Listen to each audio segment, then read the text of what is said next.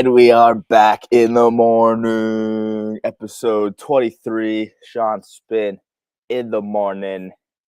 We're kicking it live on Wednesday, June 11th. Presented by Off Base Media. We got a lot to cover today. Shani, how are we feeling on this lovely Wednesday morning? I'm feeling damn good, Spin. We both talked about it Monday. We're going to get into it a little bit. Might have been one of the greatest days in MLB history. It was a sick day to watch some baseball. A lot of extras. A lot of we had one of the coolest rivalries in sports in the Dodgers Padres that ended in wild fashion as well. So, and probably the catch of the year on Monday as well too, coming from the A's and Clark. So, pretty exciting past 2 days. Some standing shakeups, some wild card shakeups as well.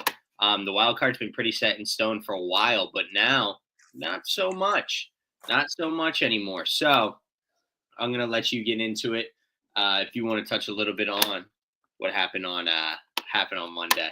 The greatest day in baseball, and I just think the fact that it's I'm coining it this term. No one else is saying this, and I actually think it's kind of shocking that no one else is blowing this up as much. Like that. Monday was the craziest day of baseball, probably in the 21st century, and I'm talking like well-rounded. The full day, every single slate of games was fucking riveting as fuck. Edge of your chair shit. Like it was well-rounded. I don't know if there's going to be just one thing that's memorable of it. Like there was no like Lou Gehrig moment or Jackie Robinson moment or fucking Nolan Ryan moment or Pete Rose, Ricky Henderson, like that type of shit. But there was incredible stuff, and there was a little bit of everything in this. Because you got to understand, it started with as soon as we ended the show on Monday, we didn't know what we were getting into. It's a normal Monday, a regular Monday in June. Only 9 games. Only a 9-game slate. You're right. And as soon as we end the fucking show, a few hours go by, and then the Roman Anthony news breaks. So that's good news, but that's MLB's number one prospect. So that's how the day basically starts. Before a game even happens, that's the news that we're talking about. Roman Anthony, MLB's number one prospect, is set to make his debut at Fenway Park, nonetheless. But by the way, then the games do begin. Phillies were one of the first games of the night. I think they were one of the earlier slates here on the East Coast. I would assume, 6:30 start time, whatever the fuck it was. Well, anyway, that game goes to extras. They win it via the walk-off. What a way to snap their 5-game losing streak, by the way, with Zach Wheeler on the bump. Zach Wheeler also gets his 1,000th strikeout as a Philly. Is that what it was? Yeah, 1,000 strikeout as a Philly. Okay, I saw it was his 100th career quality start. Yeah. And I think is there another cutesy little thing? There was some cutesy milestones throughout the day because Chris Sale was also on the bump for the Braves. But I was just going to say with Wheeler, yes, that's another thing. And Sale, Wheeler on the same day is always nice. But the way the Phillies win, okay, walk-off fashion, fantastic. They beat a good Cubs team, and that was a good game we already knew. Yeah. Before the game even started, we knew. So fantastic shit there. Phillies, Cubs, and then they win via the walk-off. They needed it. Marsh needed it. They needed a kick in the ass. Today's the rubber match, whatever. Okay, fine. Then we fast forward to the next slate of games. This is Monday, by the way, guys. We're not even talking about fuck. I don't give a shit about Tuesday. I'm living in the past a little bit. Then we fast forward to the next slate of games. And yeah, there was other shit that happened, right? But 5 of the 9 games went to extra innings. The next slate of games was Tampa Bay at Boston and Toronto at St. Louis. Both of those games happening at the same time. If you're watching MLB Network and they do big inning where they're putting both games on, you could do that. I do it on my own time, and I dual screen on my own fucking time. And I'm watching both of this shit go down. There is lead changes out the ass. There is excitement left and right. There is these late inning comebacks that send the game to extra innings. And both of these games are happening at the same fucking time, mind you. Both of the away teams end up winning, both of being AL East teams, Tampa Bay and Toronto, who are neck and neck in the standings, and they're away. So to win extra innings on the road with the runner on second rule is kind of crazy. But both of those games at the same time. So now that's 3 games have happened in extra innings. Okay, and that's fine. I wouldn't bat an eye. I think I'd be like, oh, that's pretty crazy. Like watching it go down in the moment. But then you go to the latest game, the late slate, the West Coast shit. There's 2 more fucking games in extra innings happening at the same time. So right when all eyes are in San Diego because the Dodgers are in town. And we'll talk about that might just be the greatest rivalry in the sport right now. So we'll talk about that.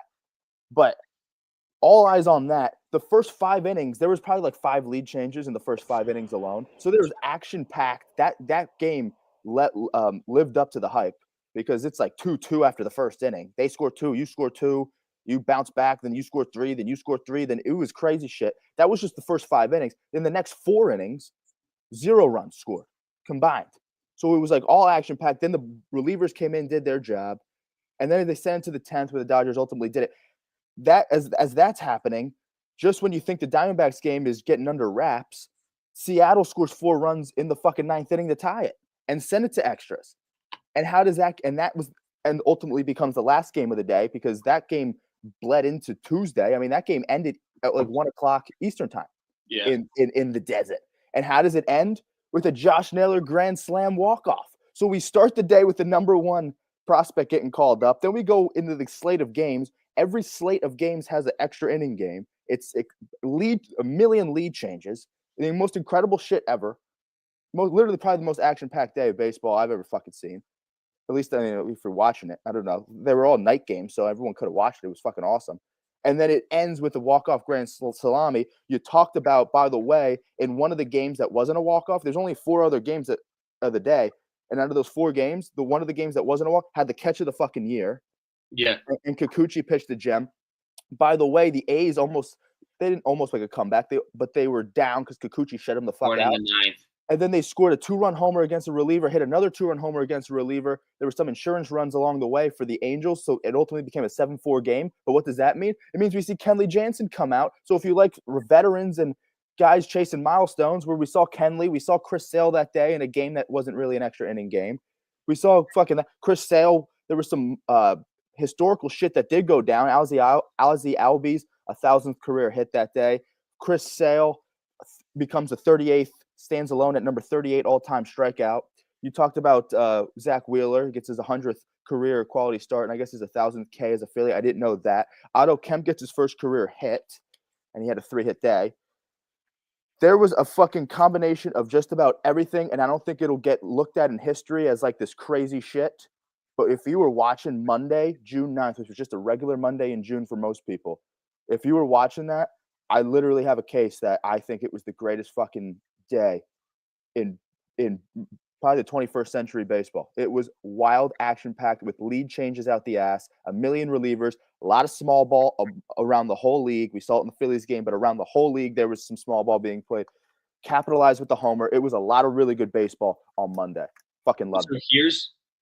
Here's why I don't think it got kind of the press it kind of it should have. You look and see the guys who are doing it. So I guess we'll start from the late games and I'll move upwards. So Diamondbacks, Mariners. Diamondbacks, the guy who did it for the Diamondbacks was Josh Naylor. Josh Naylor's having one of the better years of anybody right now. He's batting .290. A lot of love goes to Corbin Carroll and Ketel Marte, as it should, but he just hit a walk-off grand slam and nobody's talking about it. Kind of because, once again, Corbin Carroll and Ketel Marte are getting all the press for that. Then think about who did it for the Dodgers. The Dodgers late innings, Andy Pages. And people were calling for Andy Pages' head at the beginning of the year. Like, Dodgers fans couldn't stand him for the first 2 months. They hated him because he wasn't producing at all. Now he's batting .290 on the year with a .492 slugging. So I mean, he's turned it around a little bit.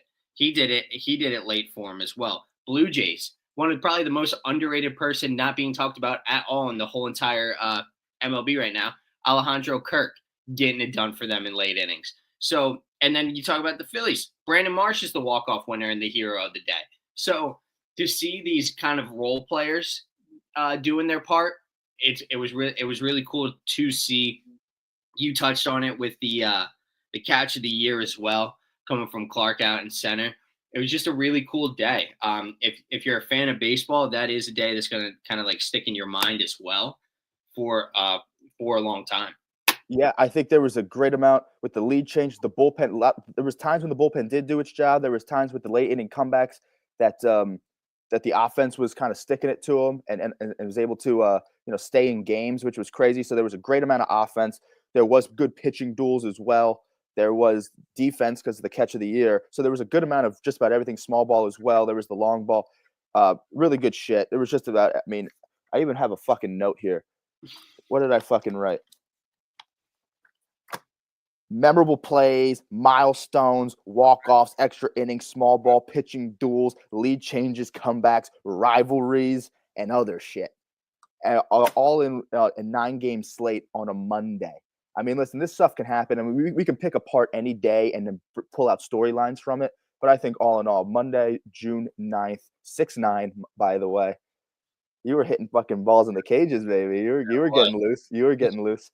But I mean, geez, for a random day in June for most people was a fucking great day in baseball. Cool day for baseball fans. What we got next? Well, from the great stuff, let's get to the shit stuff. And we saw some of these guys on Monday. We saw 2 of these teams play on Monday. Because I think we've been talking about underperformers for a while because it's pretty evident who the top 4 teams are. Mm-hmm. So we actually touched upon this. What was it, Friday, when we did that TikTok thing, the hot or not takes. So we touched on this a little bit, but we have 4 guys here, 4 teams that we really want to talk about. So we have Texas, we have Baltimore, we have Atlanta, and we have Boston. So Atlanta's sitting at 28-38, 10 games under 500, 14 and a half games back here in mid-June. Then we get to, let's talk about, I guess, Texas next. 32-35, not as bad. Still only 4.5 games back, 3 games under 500, which is nuts to me. I can't believe they're only 4.5 games back in that division, but whatever. That's besides the point. Baltimore, 26-39, 14 games back, 13 games under 500. And then Boston, 33-36, 3 games under 500, 9 games back. Every single team I just said, either you or me had finishing top 2, top 3, definitely in a wild card spot, some even winning the division. I know you had the Braves. We both had the Rangers winning that division. I had Boston winning the division over the Yankees.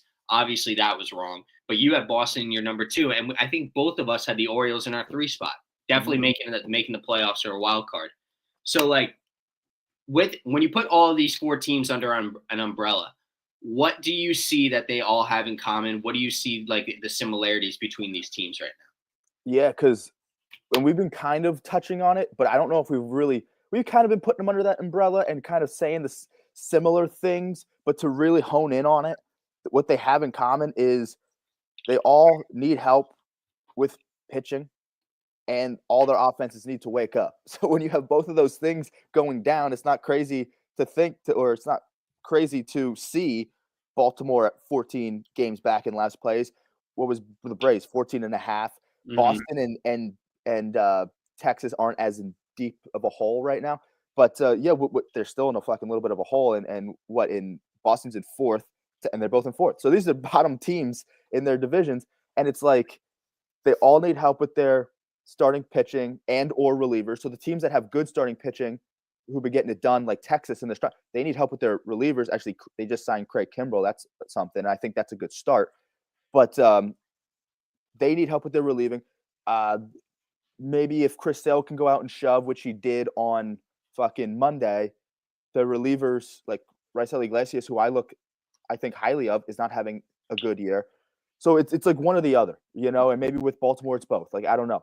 But it's one or the other. They don't have the pitching depth to really compete right now. And on top of it, all of their offenses are very fucking cold. You put 2 and 2 together, and that's a recipe for a fucking under 500 team. Really? Yeah, so I think the only reason Boston and Texas are kind of only 3 games under and they're not worse, Texas is because they have 3 great starting pitchers who are performing for them. That's really the only reason, because their offense is absolutely horrible. It's shocking. It's so surprising to me that when you look at that team on paper, they are performing the way they are performing. I mean, granted, they have had injuries along the way, but still, it's just bad. You have 3 guys who could be contending for an all-star spot this year, and you guys still can't get it done. It's pathetic.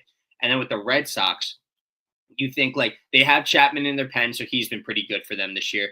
And then you have Crochet in your starting rotation. He's been really good for them this year. Mm-hmm. And sometimes they get spurts where their offense looks unbelievable. They're worried about their next 4 starters in that starting lineup because they're all mid. They're not going to shock you. They're going to have a good outing here, bad at it, bad outing here. You kind of know what you're getting because they're middle of the road guys. And then you have an offense who can go stagnant at sometimes because you're thinking about like Bregman hurt. He was the only guy who was really, I mean, I guess you can put Devers in there as well, but like those are really, and maybe Durant, sorry, but like those three guys are really the only ones who've been consistent for you. The rest of the guys, like Trevor Story's old.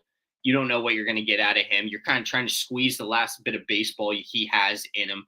And then young guys as well, like just young, talented players who they're going to have their ups and downs. So you kind of want to have that veteran sense in the pen, in the starting rotation as well, when you have such a young, weird lineup as well. I would say the same about the Baltimore Orioles as well. We talk about the young guys, how they're going to be talented here in the coming future. They've turned it around a little bit. They're 7-3 in their last 10. They went on that little win streak there. But we know their starting pitching's bad. They don't have a true ace. Sugano's been great this year. Eflin's been all right, but the rest of them, I mean, wow, it's been horrible. And like I said, when you have that young team, you have those young bats, you need solid starting pitching to keep you in games when your young bats are kind of all over the place.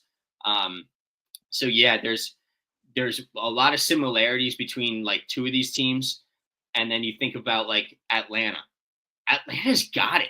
They have every person you could want on that team. They have like their top 6 unbelievable players could be an all-star at any given time.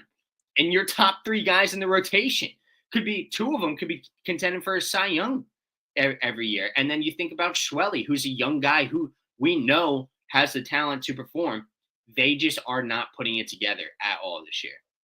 Yeah, it's weird because the Braves are probably on paper the most complete in all facets. You like to think that they have at least 3 starters. I like their reliever. I talked about Iglesias. He's not getting it done this year, but in history would prove that he's a damn good reliever, but not this year.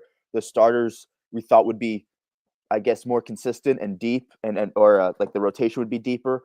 But right now it's just, I don't know, maybe we're seeing glimpses of Strider going to finally get there. I think he has a favorable matchup coming up in his next start. Maybe it might be Colorado. And I don't think he looked bad in his last outing, but he might have went 6 innings, but ultimately got a loss, which is actually good for Strider to see that depth with him.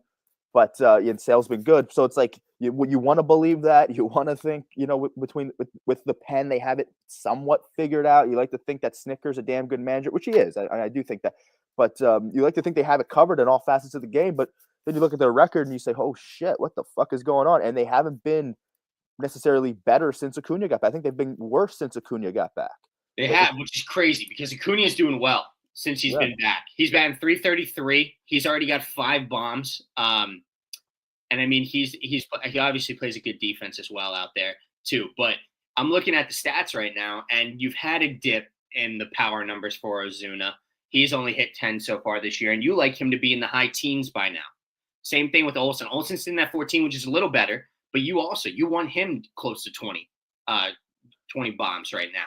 Austin Riley's had a pretty good year. 280, 11 bombs, 35 RBIs. It's nothing to shout home about, but he's been solid. He will always be solid, though. He's just a damn good player.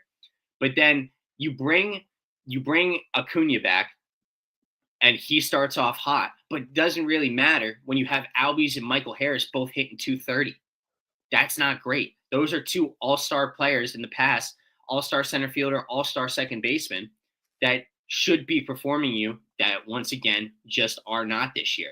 And then you have who's probably going to be the NL Rookie of the Year in Drake Baldwin. He's batting .299 on the year with 7 bombs and 8, and that's with a lot less ABs than a lot of these other guys. So it's a shame. Well, I mean, I'm a Phillies fan, so it's not really a shame to see these guys doing bad. I love it. I absolutely bask in it because those Atlanta Braves fans I hate them. But it's bad for baseball when a team that should be this complete, that should have 1, 2, 3, 4, 5, 6, that their top 7 guys every time they put out there, they have the most complete lineup in all of baseball. They should have the most complete lineup in all of baseball, and they just aren't performing. Yeah, it's really weird.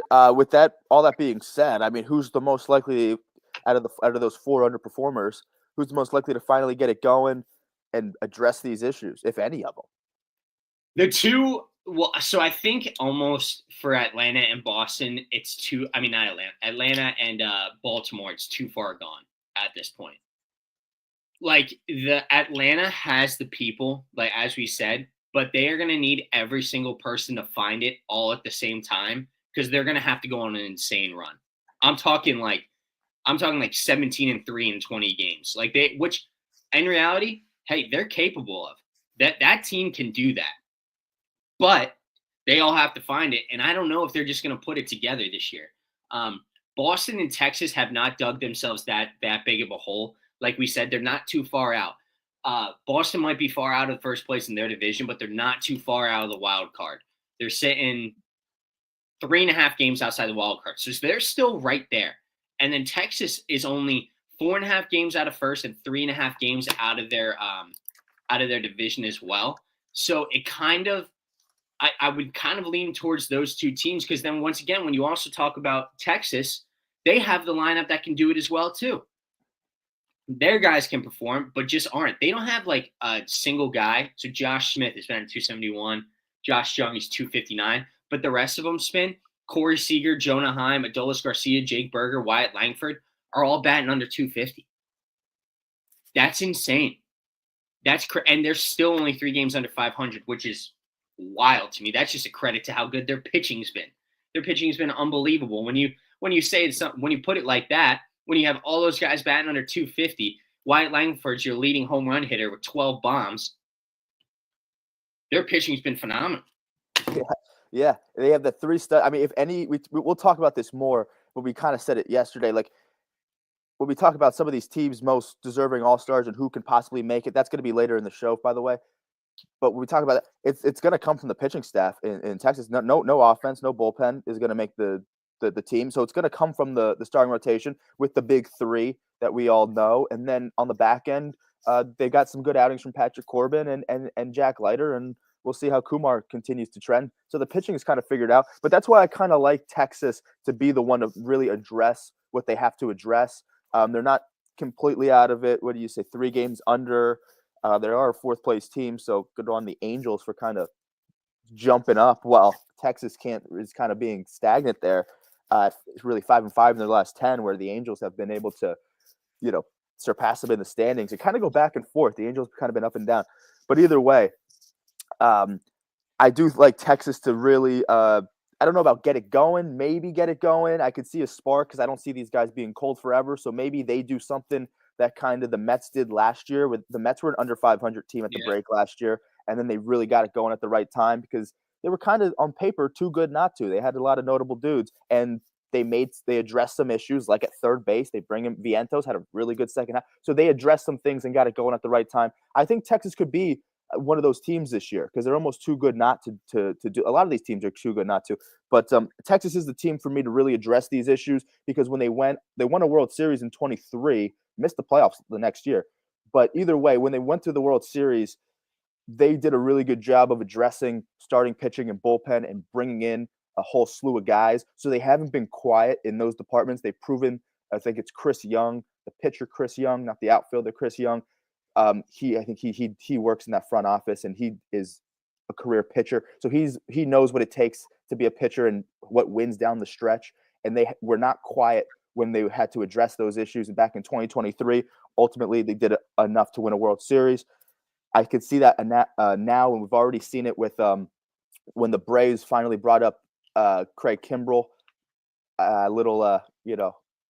what's it called, homecoming tour for Craig. Well, he pitched the homecoming tour was short. Short homecoming. Yeah, short homecoming tour because he only pitched 1 inning, and it was a good 1 inning. Then they DFA'd him right after that, and then the Texas picked him up yesterday, I believe. So they're already addressing those issues. They're going one man's trash, another man's fucking treasure, I guess, because Texas really needed bullpen help. That's been no secret. They needed bullpen help before the season even started, and now they're addressing that stuff right now with the Kimbrell signing, which I think is good for them. So they haven't been quiet in that department in the past. I think they can address the bullpen stuff because they have a track record in recent years to bring in pitchers because they know that arms matter. I think their offense, that's going to be an interesting way to go about it because on paper, it's like, well, what do we do with this offense? Because, up the middle looks good. third base with Josh Jung. Adolis Garcia has to Jonah Heim's a good catcher. Like these guys, Langford, these guys are good. So it's like, what the fuck do we do? But at the same time, it's kind of like they have to get going. So I think they can make the right moves, get deeper in the bullpen. That'll solve some issues. But the reality is the offense has to get going. I think they will. And I think that Texas can do a good job of addressing these issues. And by the way, we're going to talk about this with Boston too. I think they're on a similar plane. And also Texas and Boston are the two teams that aren't as, out of the four we're talking about, those are the two teams that aren't as in much of a danger. They're still paddling like hell under the surface, but not as bad as Baltimore and Atlanta. But Boston is kind of doing that too, bringing up young guys. They have to do more. They have to address the pitching situations too. But bringing up young guys and trying to change the trajectory of their season with kind of with these young guys. We'll talk more about that. But I think they're going to do it. But I think Texas has proven to do a really good job of it in the past. I think they're going to continue to. I'm looking at them to continue to bring in relievers and maybe bring in a spark, an offensive spark at the deadline or something to really shoot up and maybe try to sneak into a playoff spot, which I think they can do. I would agree as well because they're too good not to, in my eyes. They're too good not to. I agree. Well, while we're talking about fun things for the future and see these trajectories of teams, here's a guy who is making strides on the starting or as a starting pitcher, making strides to get back on the bump.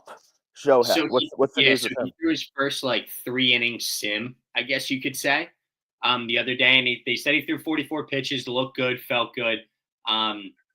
They asked the Dodgers manager kind of what the chances were before the All-Star break, because it was always it was going to be after, it was going to be, that was the whole entire time. It was we aren't going to rush this thing. We're going to push him. We're going to push it to after the All-Star break. But he said it's north of 0 right now. So it's not 0% chance that he doesn't throw beforehand, which if you think about it, with how many injuries the Dodgers have had, especially at starting pitching and in relief, get him out there for a couple short outings, a couple 3-inning ones. I mean, you don't want to rush a guy like this because he is a generational player. You do not want him hurt. You do not want him on the IL. You guys are still in first place, even with all these injuries as well. So I know Kike Hernandez came in at the 6th inning or 7th inning last night or something like that. That's how hurt they are. They don't want to waste any arms whatsoever. So it's almost like they're giving up on games at certain points. But you can't rush a guy like this. You just can't. Because if he gets hurt, you lose the best player in baseball, the best hitter in baseball. Yeah, it just we'll call it what it is. If he hurts himself throwing, pitching, you lose a ginormous piece of your team. So if it's me, I'm waiting because we're still in first place. It is a tough division, but we're gonna make the playoffs, kind of no matter what. I know they're on a little bit of a dip. They're 4-6 in their last 10, but this is something you don't really mess around with in my eyes. Yeah, I agree. It's not worth the risk, So I mean, some people are on this their perspective is don't even throw him at all.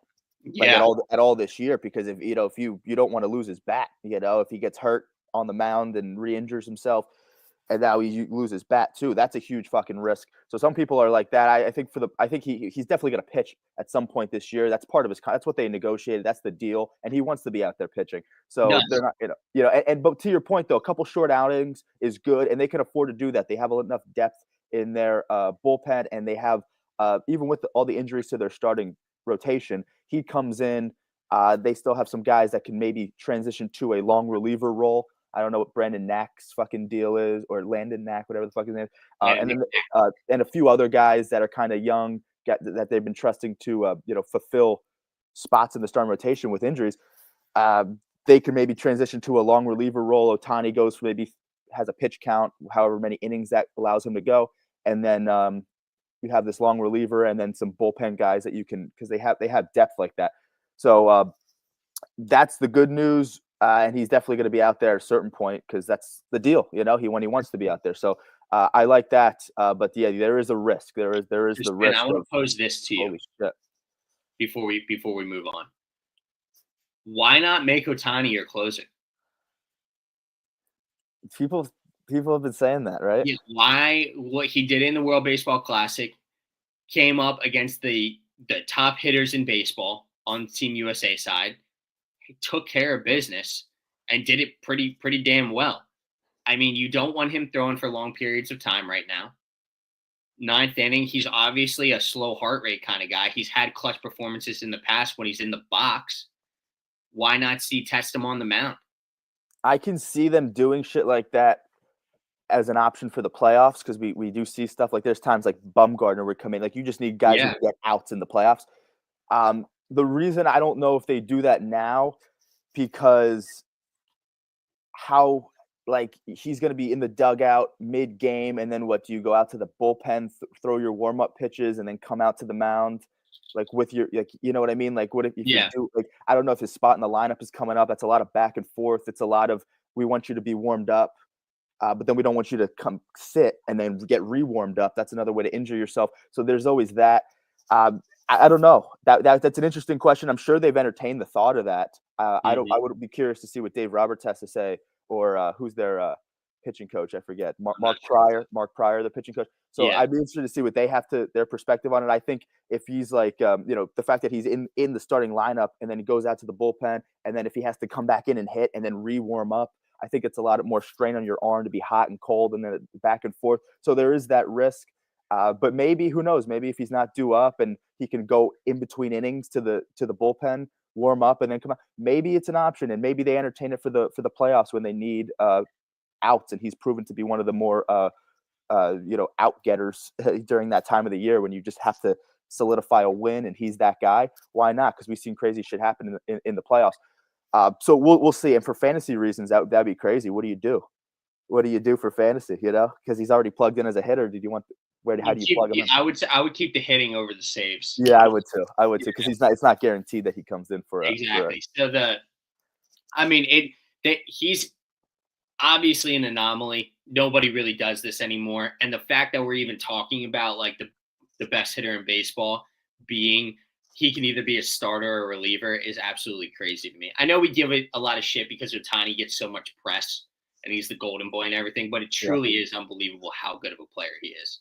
He is. What about some up-and-coming stars that we are keeping tabs on? Like Jack Caglianone, for one. We got 3 stars that are young guys that have either – 2 of them – well, Caglianone made his debut last week. Now he made his Kauffman Stadium debut yesterday, rather. And then the 2 other guys we're going to talk about made their debuts over the weekend. Or I guess Roman Anthony was Monday, and then Otto Kemp was over the weekend, right? Yeah, so Otto Kemp was over the weekend. Roman Anthony was Monday. So Jock made his first home appearance yesterday. I think he went 1 for 4 yesterday. Yeah. Big guys just getting settled in. It was a lefty-lefty matchup for him yesterday with Max Fried, one of the best pitchers in baseball. We all know that. But it's good to see the young guy making his first home debut, getting a hit, getting a knock in his first game back. Listen, like we said with all of these guys, we know they're talented. You got to give them some time. If anybody's being like, we had comments on our Roman Anthony video about like, oh, he sucked. I'm like, dude, he just found out he was coming up about 3 or 4 hours before the game.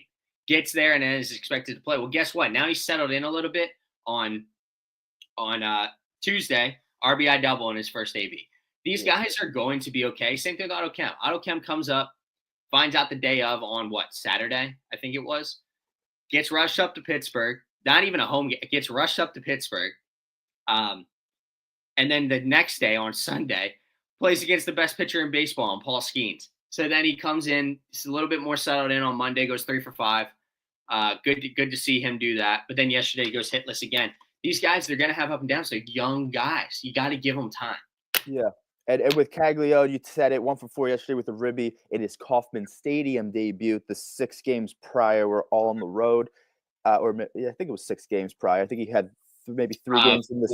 4 games prior. It was only 4? Okay, so he played a little bit of the maybe. Well, I know he played in the St. Louis series, and then he played the entirety of the White Sox series, I believe. And then yes, you might be right. It might be 6. I think it's 6 games. You're right. Okay, well, yeah, whatever it is. So, ribby double there, 1 for 4 with a ribby there. And then he played a little bit of first base towards the end of the game, which is his primary position. He made a good play there. So good job, Jack. And again, you touched on it. You got to give these guys time, and they'll eventually get their, continue to get their feet wet at the major league level. Otto Kemp, who you talked about, 3 for 5 on Monday. That's the big news with Otto Kemp. That was his first game at the bank is when he had his hits. And 0 for 4 yesterday, as you touched on.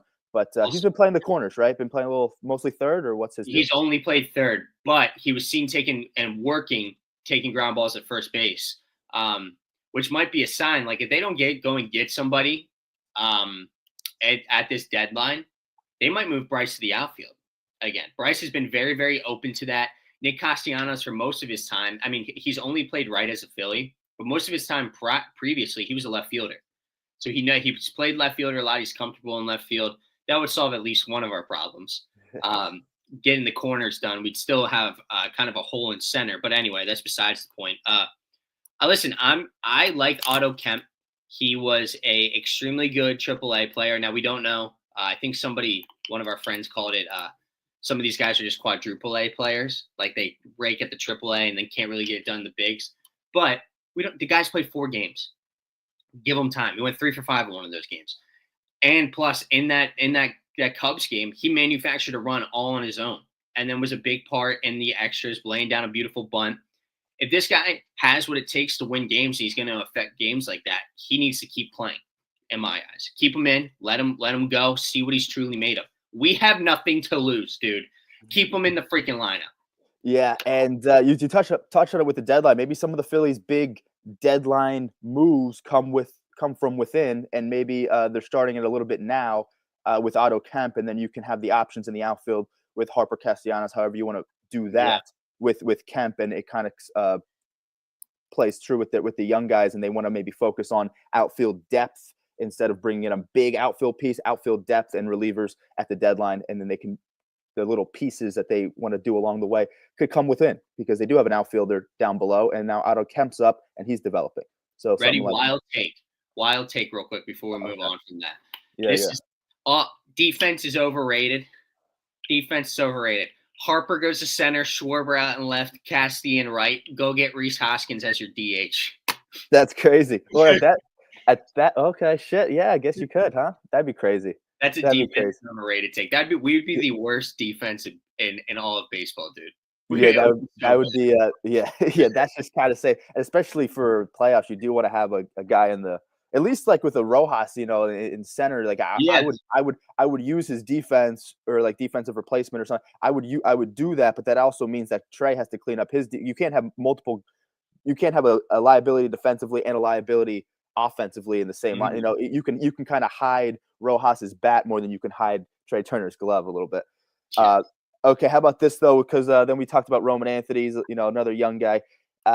First career hit was that 2-ribby double in yesterday's game.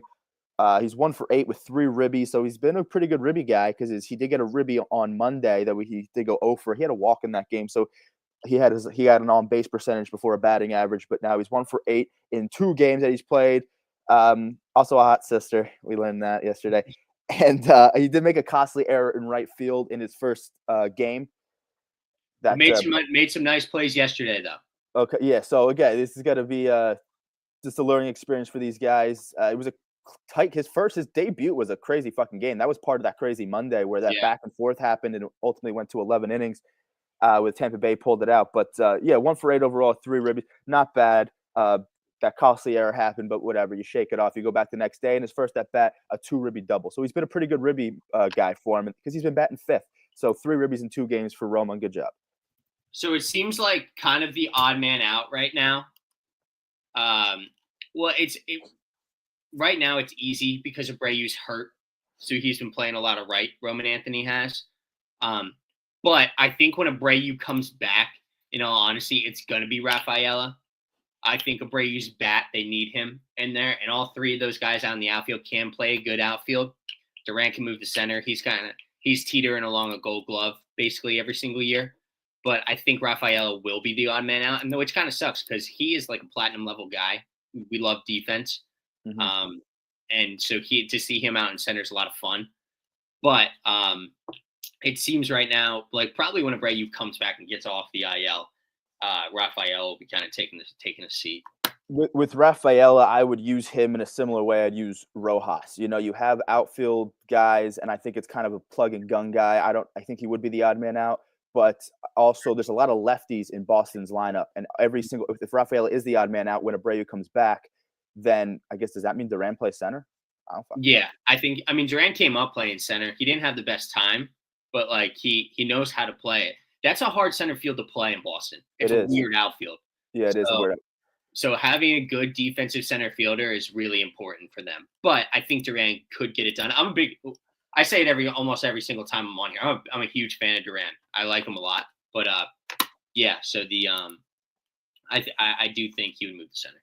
Okay, so if that's the case, well then either way, all the outfielders in Boston would be left-handed bats. They have still Devers and shit are lefties, and so I guess Marcelo's a lefty. So anyway, they have a shit ton of fucking lefties in that order as it is. So there's more righties that throw. There's more righties in this world. So you'll see more righty pitching, which won't hurt you with the whole matchup thing because that's a big part of the game now. But if you do have a lefty on the mound and then you want to put an extra righty bat, those are the days that Rafaela plays. Maybe he comes in as a pinch hitter. Maybe he comes in as a defensive replacement. But he'll still get his ABs and his playing time when Abreu's there. But, with a lot of lefties, you want to kind of plug and gun some guys and give guys off days. So I think they'll all get their respective time. But that they'll have just another option. So it's never a bad idea. Options are good. Boston Young Bucks. This is a good transition. Yeah, so we were legitimately just talking about it. I guess we want to get a little bit more into this is such an interesting team to me because we talk about them a whole lot. Because on paper they should be good. They don't. I mean, Roman Anthony's 21, Marcelo Myers in that early 20s. So is Christian Campbell. Christos, is it Christian or Christian Campbell, right? Yeah. So he's also early 20s as well. Duran, Devers, Abreu, Rafael, they're all young as well. A little bit more time in the league, but they're still all young as well. And then who's their catcher? Navarez? Oh, Navarez he's young. Navarez, he's a young gun as well too. So like this team is extremely young, but their left side of the infield when you have Bregman in there and then you have Story in there, some seasoned guys, and then their pitching staff and also Penn is old as shit too. So like it's very different ends of the spectrum there. What do you think it leans more towards? Do you think that leans more towards it's an advantage for these guys or a disadvantage? See, that's tough. That's tough. I think there's good and bad that can come out of this. I'll touch on the bad because I have some notes here that I was thinking about with these young guys coming up into when they're at the time they're coming up, and I think this is why I have reason to believe it could be bad. We can get into the good then. We'll end on the high note, but you don't want these young guys. The big thing is going to be developing these young guys, getting their feet wet at the major league level. We all have high hopes for them, even as a Yankee fan. You want to believe these young guys can do good things, right? Except this weekend when they play each other, Yankees, Red Sox. Fuck it. But either way, like they're almost too good and too highly anticipated that it's good for the game. They're up, and you want to see success. Fine, I can get on board with that. But at the same time, does it feel like they're being like asked to save the season? Because at the time that they came up, that could be a big weight for them. And it's not just like one guy that you're bringing up. This is a whole slew of dudes. This is like at least 3/4 of your lineup. Right. So like it's more. It's like if you're talking like 9 guys on the field at once, right? 9 guys in that lineup. I'm going to look it up right now, but I'd say the average age of that lineup is like 25, 26. I was going to say the same thing. And then Romy Gonzalez, I don't know how old he is, but he's been getting time. So like it's at least it could be like half of your lineup. And then it's like, you want to develop these guys, get their feet wet, but at the same time, you don't want to have. So you have to like almost take a step back with them, allow them to be themselves, decompress a little bit, and then just get there at best, just play baseball. Because as long as they are doing those things, you have high hopes and high expectations. But if they're being asked to save the season, which it can kind of feel like, depending how Boston has been this year, that could be a heavy thing for them to carry. It could be a lot for them. A lot of these young guys are coming up to chaos too. You got to understand is this a good recipe for Boston where it's like, okay, save our season, young guys, and also with everything that's going on, that's really on the field production because they are under 500 and off the field stuff, especially with the Devers thing that maybe has kind of since simmered down, but still that was the talk of the town with Boston since spring training up until maybe the start of this month. It's been this guy gets hurt, and Boston Devers doesn't want to. There could be we're speculating that there's maybe issues between Boston and the front office. Maybe not so much speculation because Devers did kind of go on record saying some his quotes that we talk about. So they're kind of coming up to this quote unquote chaos. How's the environment? You know what I mean? That they're coming into. Like I think they're smart kids. They're not going to play into the fact that this is how our veteran team leader, highest paid guy is acting. I don't think they're going to really play into that. I don't think it like hurts the culture per se, but that's what they're coming into. What does that seem like? What's the culture they're coming into? Is it chaos? We don't fucking know. I doubt it is, but something to think about. And also, then we'll go to the good stuff. End on a high note here. They did take 2 out of 3 from the Yankees this past weekend. They are split the series against Tampa Bay right now. So those are 2 teams that are higher them in the standings. They're going for the rubber match today in Fenway. So after taking 2 out of 3 from the Yankees, then they call up Roman Anthony. I think that's good on Boston then. I think that's a good thing because now they're trying to build momentum off of that 2 out of 3. And then you bring up the number 1 prospect. You build momentum. You bring it and make an effort to get on a hot streak, bring an effort to kind of change that momentum, change the trajectory of your season. Again, it's going to be a tough ask if you're asking them to save the season. Hey, come in, young guys. We need all hands on deck. That could be a big ask, but at least they're making that effort and they're trying to spark something. They're trying to get something going. All news surrounding Boston, basically, up until the Roman Anthony stuff, and maybe even one of these younger guys, maybe Marcelo Meyer, whatever. But majority of the news surrounding Boston has kind of been negative because they're under 500 and the Devers shit. Now they have a chance to change that narrative with these young guys. I think the timing I don't think is a coincidence. The precedence they set before this week was not good, and now they might be trying to make up for it. So I think there's some good and bad things with these Boston young guys. But again, it's about player development. And if these young guys can help them lead them to their first postseason berth since 2021, then that'll be great. But only time will tell with how these young guys continue. Yeah, so I agree with you kind of in all facets. I think the most glaring thing is Boston Red Sox fan as a whole thought this was going to be the year they were going to, be good. They had their young guys up and they were going to start performing right away. But they got to I don't want to say they're super far out because they aren't, but like these guys still have to develop. You're not in a win right now situation. Like you don't have an old lineup around you of stars. Like you have Bregman and Story, but like to me that's 2 guys out of your 40-man roster. I mean, you're not in a win now scenario, and I think that's where Boston fans as a whole are getting it twisted. We can look at them differently because we're not fans of the organization. We can kind of take it, call a spade, and see what it actually is. And it's more of a development year to me than anything. Like you maybe shoot for the playoffs. You always want to shoot for the playoffs, but right now your focus is on developing these young guys, letting them get an identity, find out actually where you want to put them too, because they're moving them all over the freaking place. Let them find a spot where they can get comfortable at. I mean, for the love of God, man. Yeah, because Roman's not in his primary position right now, right? No, he's left field, I think. Marcelo Meyer, I don't think is in his primary position. Marcelo came up playing middle infield the whole time, I'm pretty sure. And now he's playing third on the corners. But that is the thing about these young guys. Like, that's why I say they're in like almost not a rebuilding year, but in a development year. You have the guys that you're going to have your future with. You got to let them get comfortable in their positions and everything. So I think Red Sox fans are just looking at it differently than, a lot of other people are. But yeah, it's a bright future in Boston. It is. Let's go to I agree. Let's go to some teams that do have it fucking figured out. Yeah.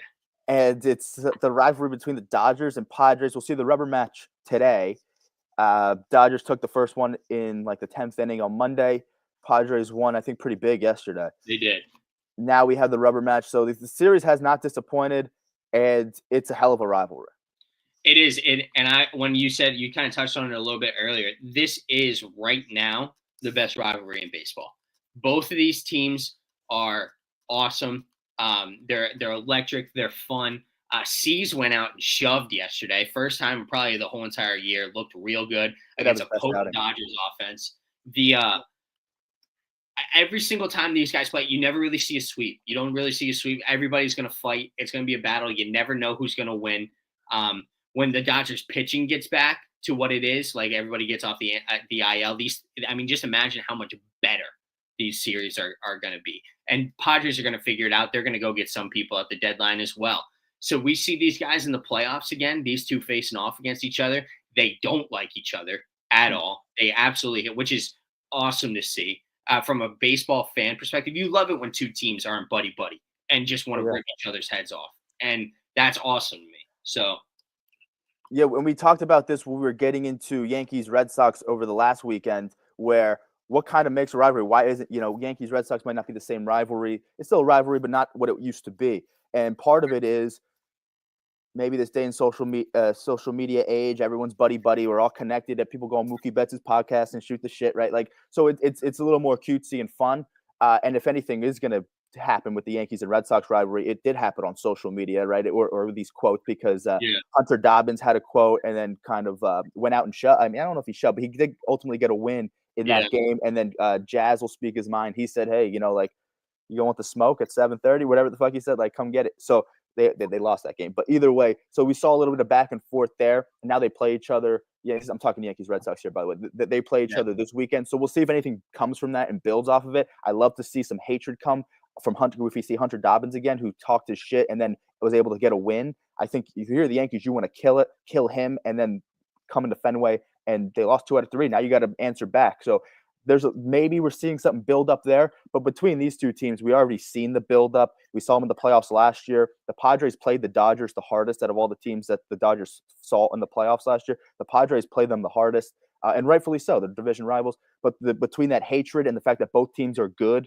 this year, those are the things we touched on last week in terms of rivalry stuff. With Yankees, Red Sox, not so much seeing it with Yankees, but we are seeing it with this. Both teams are good.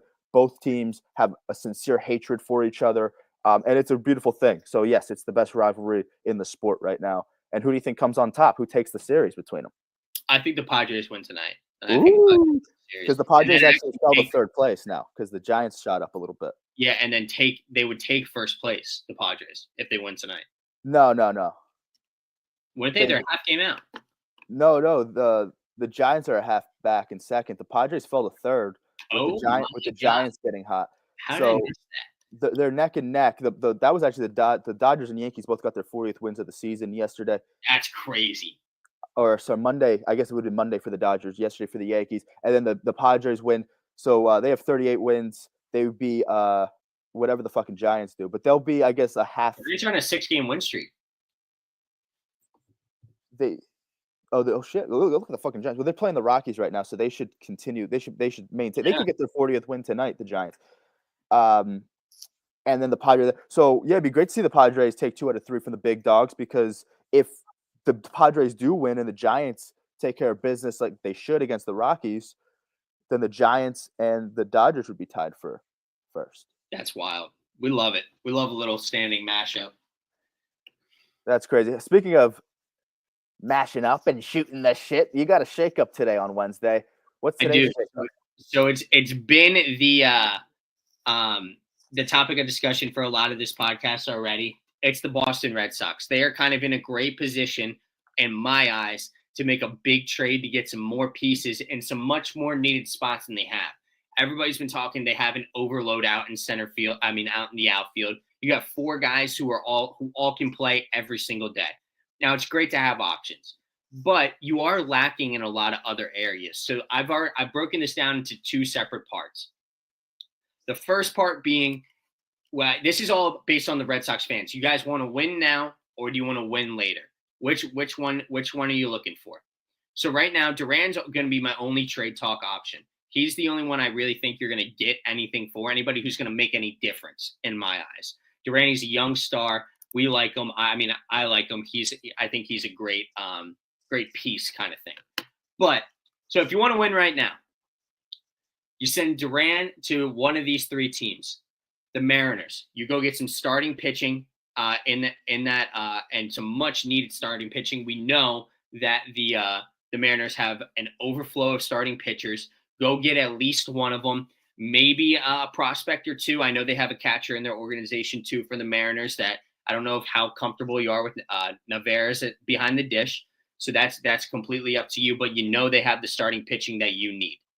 Add on to that. That's going to help you win right now because those guys are already up as well. The second being maybe send them to the Dodgers. You got some guys that could help you out in different positions as well over there. They have a Dodgers number 3's prospect is Jackson Ferris. He's a left-handed pitcher. He can throw the ball pretty well. That's another guy you're thinking of. But then the third one, if you want to win right now, actually, sorry, there's two more. Maybe you go to the Tigers and say, hey, you guys need a face. You know, kind of, you need another piece to your bat. Let me get Jackson Jobe and a prospect as well for him. You know what I mean? Maybe get some starting pitching. And then if you also want another starting pitching, come on over, talk to the Philadelphia Phillies over here, baby. We got Painter. We got Mick. We've got whoever you need. Maybe you want Luzardo this year. Maybe you want Ranger. We've got a lot of options for you, and we need the outfield help.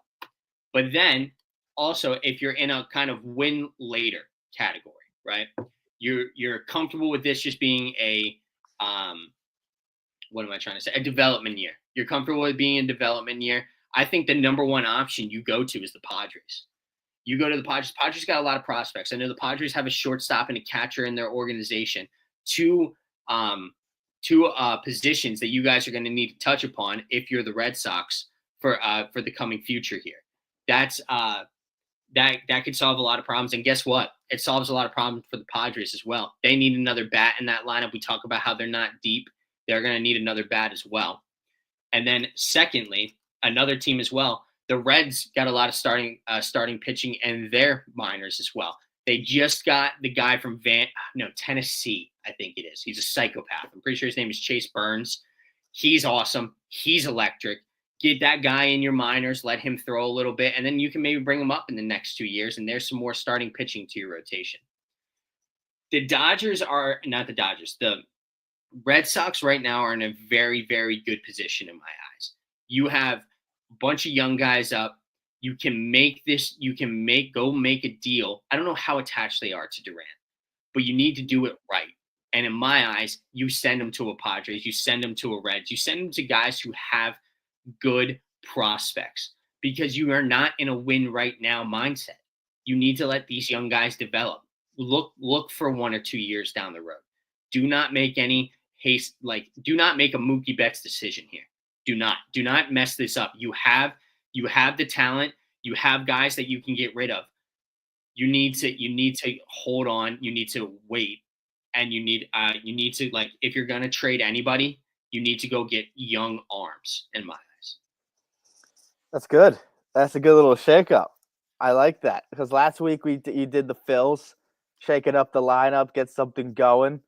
We'll see how they fucking continue to go. And now, how about Boston shaking it up at the deadline? And I think you're right. Where do you see it's going to be? How they see themselves come July 31st, whatever the fucking deadline. And in my eyes, don't make the mistake. Do not almost listen to your fan base because you're not in a win right now mode. You're just not. You have half of your team who was born after 2000.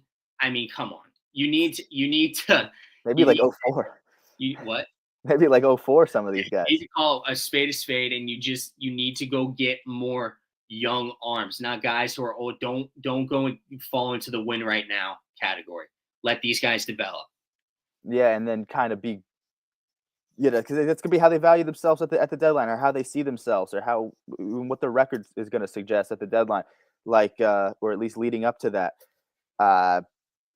So July. I mean, this next few weeks before we have until I think when's the All-Star break? Like maybe the 15th or whatever it is, like mid-July, and then you have from the remainder part until the deadline, which is late July, to really see what kind of run you can get on with these young guys. So I don't think when they brought up Roman Anthony was by accident. But again, I talked about it. To save the season is a big ask for these guys. So how do you see it? Can these young guys come in and really change the trajectory and change the narrative of the season? Maybe they can, and if they can, we'll see how they float around the deadline. If not, then then you're just looking to maybe you say fuck it. We got to develop. Either way, they're developing this year. But you say fuck it. If we're going to be good for the remainder of the decade and into 2030, if we're going to be good for the next however many years these young guys can give us, because realistically, you figure these young guys, they're young enough where like they could have 7 solid fucking seasons with Boston and then go from there. Like that's what you look at. And if that's the case, if you can keep these guys and have them for the long term, then you could probably be good for the next decade. Or do you say we're all in now and then you see how you look moving forward? So that's going to be interesting. They have it right. They have the solution. They're so close. They're right there. They just need to make the right decision. Yeah, it's going to be interesting to see where they're at, because they're certainly going to have shit to address pretty much now until the deadline, really. So we'll see how they go. Speaking of which, this is a little bit of a fun topic because we haven't talked much about all-star stuff. We've been getting into a lot of the news and trends around the league, making our picks, kicking ass in our picks, by the way. And now, finally, because all-star voting has been open for maybe about a week, a little over a week now, whatever the fuck it's been. And now we can finally talk a little bit all-star shit. And I think here moving forward, we'll start getting into a little more all-star stuff here and there until we get to the game. I'm a big fan of the all-star break, man. This is going to be fun. So we're going to go for right now every team's most deserving. We're going to stay tuned for a lot of these Wednesday segments to be a lot of all-star talk. Hopefully we'll get a draft in here. We'll both draft our AL and NL teams as well. But right now we're just going to go through each team and talk about who the most deserving is. Some are extremely obvious. Some are going to shock you. So I guess we'll get started with the AL East and your boys, top of the division, 40-25. The New York Yankees, because this one's obvious. Let's just get the obvious out of the way. Yeah. Well, maybe to some it isn't, but to me it is. It's Aaron Judge. It's Aaron Judge. I don't think anyone thinks otherwise. The only reason you would is you throw Max Fried in the mix and you say, and he's deserving. He's deserving as well. He'll make it. Yes. But Judge, of course, is Aaron Judge. That's your starting. I mean, I think through June. What's the date today? The 11th? Through June 10th, he's batting 396 with 24 home runs. I mean, come on. It does not get any better than that. There is nobody in the entire league who is doing it better than Aaron Judge. Now, whether Max Fried should start or is it Skubal, that's a different conversation. But Judge, for sure, that's your starter in the outfield for the AL, for sure. Then we'll go to the number 2 team in the division, which is shocking to say, but the Toronto Blue Jays, man. There is a lot of speculation on this one. There is a lot of different people who could be the all-star for the Toronto Blue Jays. So who you got, Spin? I think for this, we almost have to mention a few names because it's tough to pick who's the most deserving. The most deserving implies who's has to be on the team because they're so damn good. I don't know if they have one guy that jumps out to me realistically. I was going to say, if you look at the depth of the first base on the AL side, Vladdy enters the conversation, and people are going to want Vladdy. And by the way, whoever's voting for their Toronto Blue Jays, they got a whole country to back them. You know what I mean? You got a whole country of candidates to back you. So there's a good chance that Vladdy could be the starter because I don't think AL first base is all that deep right now. And he's one of 3 guys. And he's the most. Maybe the sexiest name with respect to Goldschmidt, but Aranda, which we'll talk about Tampa Bay. But Vladdy's probably the sexiest big bopping name. So if you're going for star power, Vladdy's not having a bad season. The depth of the position, there's that. Also the depth at AL catcher. Of course, it's Cal Riley. But you look at what Alejandro Kirk is doing. He's deserving of an all-star spot as well. Bichette as well. I mean, so I don't know who's out of those 3 guys the most deserving. Maybe I lean Alejandro Kirk the most deserving out of the 3. Because I look at AL catchers and I'm like, I don't know. Besides Cal Riley, there's a bit of a drop-off. And Kirk has been kicking absolute ass right now. So he's definitely deserving of an all-star spot. Alejandro Kirk, shout out. Yeah, so to me, it's not – I'm not even looking at depth. I'm not looking at anything. I'm just looking at who is most deserving. And for me, it's Alejandro Kirk. You're playing the hardest position in the entire kind of MLB. You played 54 out of how many games have they played now? 60 – somewhere around there, 67. Yeah, somewhere around there. So you're playing most of the games and you're hitting 323 on the year with an 807 OPS. give me Alejandro Kirk. I think he is most deserving on that team. I think he's been a beast this year, not getting enough love. Alejandro Kirk's my pick. Yep, not mad. I think I agree with you, and not shocked if a pitcher also comes out of Toronto on the team. Yeah. But that's a different. Next, we get into the third team in that division, the Tampa Bay Rays, and at 36-31. Once again, another sneaky team, but I think it's easy for me. I think it's you got to go with Jonathan Aranda. He's batting .317 on the year, 7 bombs. He's played in 62 games so far this year. I mean, he's been a beast for them. He's been their rock. 882 OPS, highest on the team. Like you said, first base isn't even really that deep. So give me Jonathan Aranda. That would be his first, right? That would be his first. Yeah, he's really kind of having a breakout season. So yeah, shout out Jonathan Aranda. It's got to be. I don't even know how many guys for a Tampa Bay team that's 36-31. It's kind of a very Tampa Bay Rays season, right? It's like not huge names, not like mega stars or anything like that, but they can be 36-31, be better than Boston, which I don't think people thought. Be right neck and neck with Toronto, really, it's for like second place. And before they lost yesterday, they were tied for second. So yeah, it's a very sneaky season where they're always doing better than expected. At least I didn't have them being this good right now. Good for them. And then also maybe not having a shit ton of all-stars, but winning games. And I think Aranda's not the biggest fucking name out there. I don't know how many guys make the team out of Tampa Bay, but Aranda's making a damn good case as to why he should be the AL starter at first base. So good on you, Jonathan. So next we'll get in, I guess, to the Red Sox. We've been touching on a lot this one, but 33-36, fourth in their division. And for me, this one we're going to take our first pitcher, and it's going to be Garrett Crochet. Nobody in the lineup. I mean, there's good guys like Duran's produced this year, Devers has produced this year, Bregman's produced, but he's hurt. So I'm not going to put him in there because I would have. You asked me when Bregman was still playing, it was Bregman all the way. Like he was in my MVP voting as well. He was kicking ass. But I'm going to lean towards Garrett Crochet. He's got 2.35 ERA, 110 strikeouts on the year. Opponents are hitting 207 against him. 88 innings pitched this year. He's killing it. He's not my starter, but I think he's deserving of that spot, most deserving on that spot for the Red Sox right now. Yeah. I kind of mentioned Fried and Skubal, like the debate on who should start. Well, there's another lefty, and his name's Garrett Crochet that enters the conversation. So I do think it's probably Skubal. Again, different conversation. I guess we do that at a later time. But either way, Boston's most deserving all-star is going to be Crochet. Absolutely. I mean, I think Devers starts as the DH. He got my first ballot I did. He was my guy for DH. But I do think Crochet most deserving out of all of them, if we're putting it that way. And then to the basement of the division, Baltimore Orioles, 26-39. Wow. I got a shocking one here, so I'm gonna let you go first to see if we have the same one. But I have kind of a shocking one. Okay, so I'll start off by saying this: pitching at the All-Star game is always going to be something because whether there's injuries and you have to fulfill injuries, or there's guys that aren't going to pitch in the All-Star game because they either pitched the couple games before or they're pitching a couple games after, if that matters, then they're not going to pitch on the All-Star. So they have guys to, kind of fill in. So with that being said, it doesn't shock me if Suganu is one of those guys. However, the most deserving guy is going to be Ryan O'Hearn. Ryan O'Hearn having a fantastic season. He's never been an All-Star. He's making a damn good case. And this is the O'Hearn year. I mean, when Rutschman's having the year he's had, maybe Gunnar, I don't know.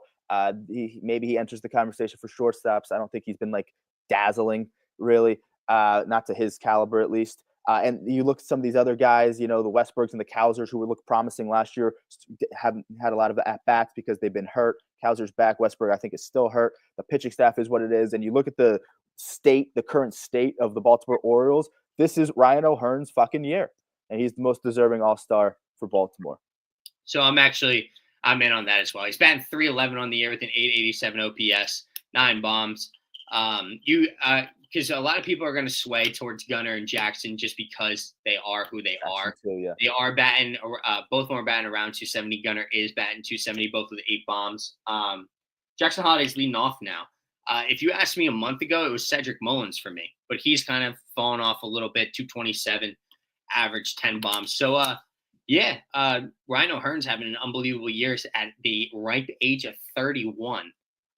And he's never made an All-Star game, right? He's never made a team. So yeah, let it Ryan, let the big boy eat. Yeah, so, yeah, it's all the talk about Baltimore's young guys, like, for the how many years now, and now the 31-year-old is gonna be making his first All-Star appearance because he'll make the team, and he's certainly the most deserving. So Oh yeah, good for and you, then I Ryan. guess we'll move to the AL Central. We'll just do the AL first. Yeah, Keep going down the list. Best team in baseball, 44-24, and your starting pitcher for the All Star game, Tariq Skubal. I I mean, it's not a question to me. he's the most deserving. Now, when you fill out your ballots and you look at the AL second baseman, that's going to be it's a kind of there's Yeah, always that one weak position. So with that being said, Glaber fits in kind of. He might be having the best second baseman season, and I could see him starting just because of the depth at that position. But who's the most deserving on that team?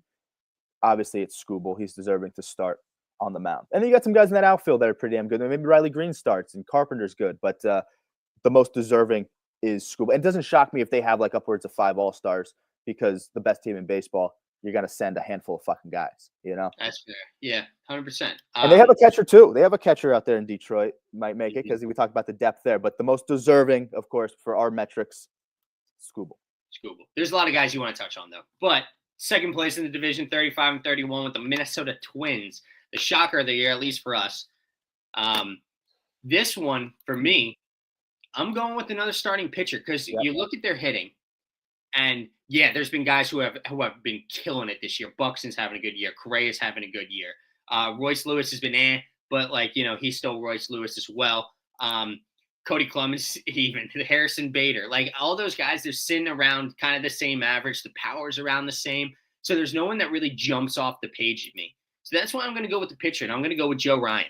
296 on the year, 7-2 record, 7 3 innings pitch, 82 strikeouts on the year. Opponents are hitting 200 against him, and a sub-1 whip.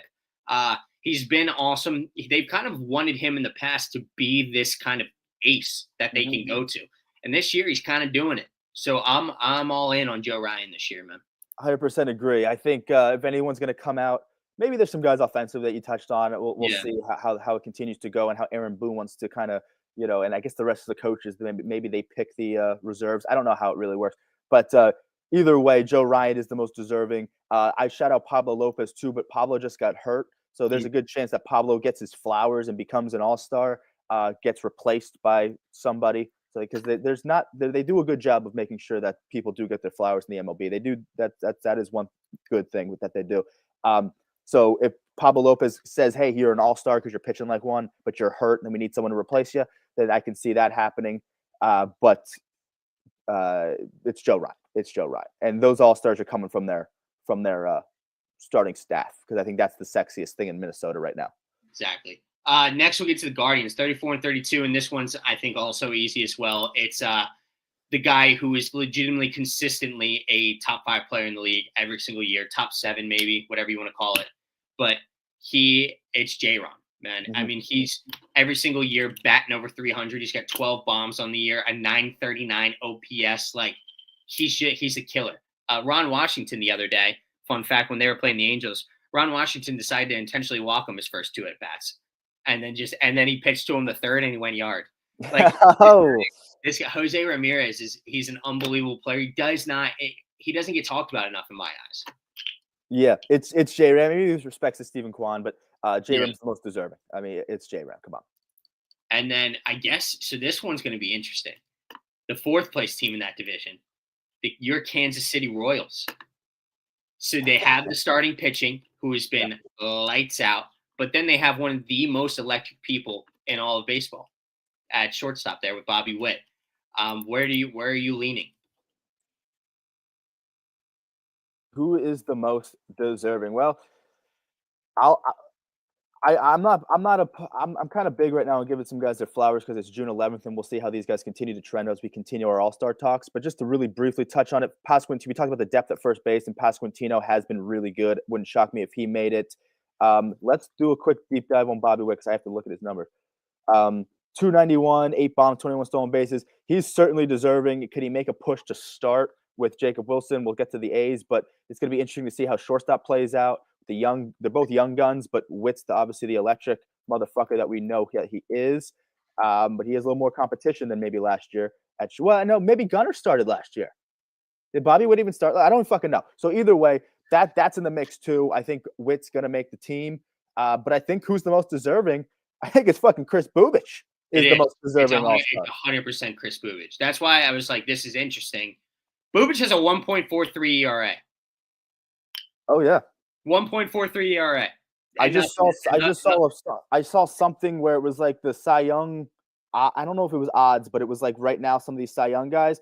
Bubic was 5. He's one of 4 lefties on there, right up there with the Skubals, the Frieds, the Crochets. Then it was Hunter Brown. Then it was fucking Bubic. So yeah, if you're the top 5 Cy Young guy in June right now, you're the most deserving fucking All-Star. Yeah, and then to me that's enough said. You just say his ERA. I mean, he's pitched in 12 games already, and he's still 1.43. That's awesome. But then also, you kind of want to give a shout out to Carlos Estevez in that pen, man. I love that you said that. Yeah, 19 saves on the year already.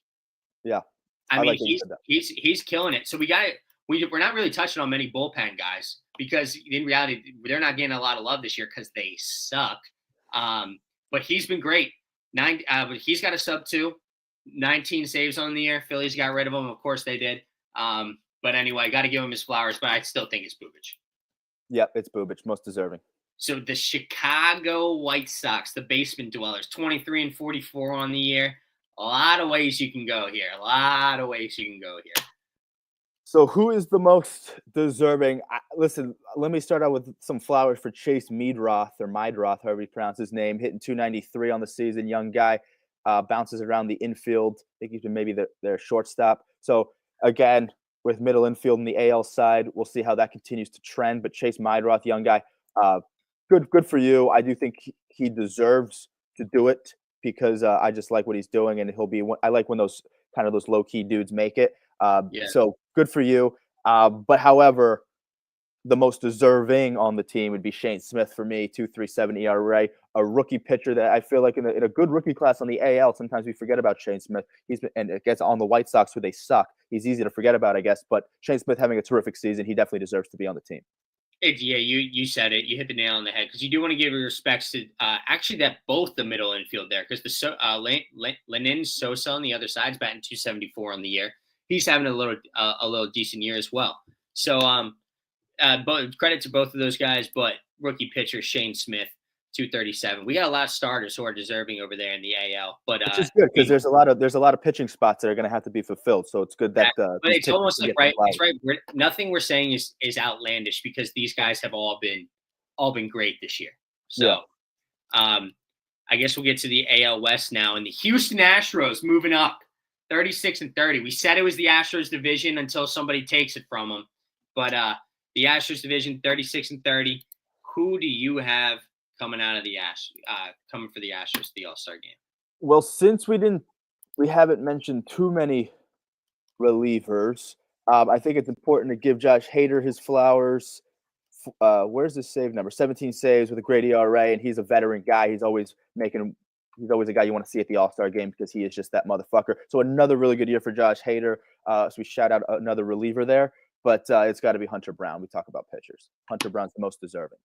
Yeah, so with credits to Brian Abreu also in that pen too. He's come back to. I think he was suspended last year for a good amount of time for a little steroid action, but he's been having a great year as well. But yeah, I think it's Hunter Brown. We've been given, and he's also because he's in the Cy Young talks. But damn, is Jeremy Pena having a kind of a comeback year this year? Hitting 319 on the year. Playing every day shortstop, playing a good shortstop on top of that. 9 bombs, 32 ribbies. This is the guy who won the World Series MVP, right?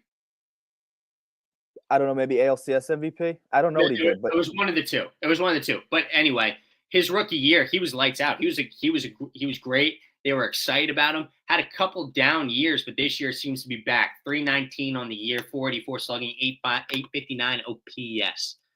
But it is Hunter Brown. Got to go with Hunter Brown at a 1.82 ERA, 13 games, 8-3 record. He's been the guy for them, especially since the rest of that kind of pitching staff's been super up and down. And real quick on Pena, World Series MVP and ALCS MVP in 2022, and a rookie season where he was a World Series champion, a Gold Glover that year. And then, like you said, maybe trended down a little bit. He is kicking ass this year. He definitely deserves to be on the team. But I think the most deserving on the team is Hunter Brown. Yep. And I would have to agree. But then we get into the Seattle Mariners, who are 500 right now, 33-33. And this one is also super easy. It's the backstop, Cal Raleigh. Yes, yes, it is. I mean, 26 home runs. He's pacing to have he's got over 1,000 OPS. He's pacing to have one of the best years of a catcher ever. Plus, he plays a platinum level glove behind the dish. And he's had one full rest day. One full rest day this whole entire year this year. That is insane. It's almost not being he has been talked about a lot. He needs to be talked about more in my eyes. He's playing the most difficult position. He's starting not starting every game, starting most games and killing it hitting wise. So, I mean, shout out Cal Raleigh because that is awesome to see. Yeah, Gold Glove catcher, switch hitting bat with a shit ton of power. He's probably the best catcher in baseball with respects to Will Smith. But he is probably the most deserving. Now, you can also make a case because they have the best catcher in baseball, the Mariners. They also have the best closer in baseball. So when you have the best guy at a position, he has to get talked about. So Munoz, shout out in the pen. To me, it's Cal Raleigh. I'll give the upper edge to the position player as to who's more deserving. And obviously, it's Cal Raleigh, who is probably the next closest thing to Judge in the MVP talks. It's Judge, and then it's probably Cal. So good for you, Cal. And then I'll show love to Brian Wu, too, who should definitely be on the team. But the most deserving is Cal Raleigh. And then Munoz is a good second because he is the best closer in baseball right now. Yeah, he'll be the closer in the All-Star game. Yeah. If the AL is up, he'll pitch the 9th. And it's not really even a question. Next to the Angels, sitting at 32-34. A lot of guys. They have, huh? What's that? Who the fuck do they have? I would say Zach Neto. Okay. I think it would be Zach Neto. I don't even know his stats. I know he's probably got the highest average on the team. I mean, you could throw Kikuchi in the talk. She's got a sub-3. Do you talk about Kenley Jansen, who's got 14 saves this year? It's a weird time for the Angels, but Logan O'Hoppe kind of just been trending downward. He does have 14 bombs. Taylor Ward with 18 bombs as well. But Zach Neto, 10 bombs, 26 ribbies, batting 282. I'm going to give it to him, man. Yeah, I like the guys you touched on. A lot of the guys, I think everyone you mentioned is in that same boat where it's not, I don't know, you can go some different ways. O'Hoppe has been trending down.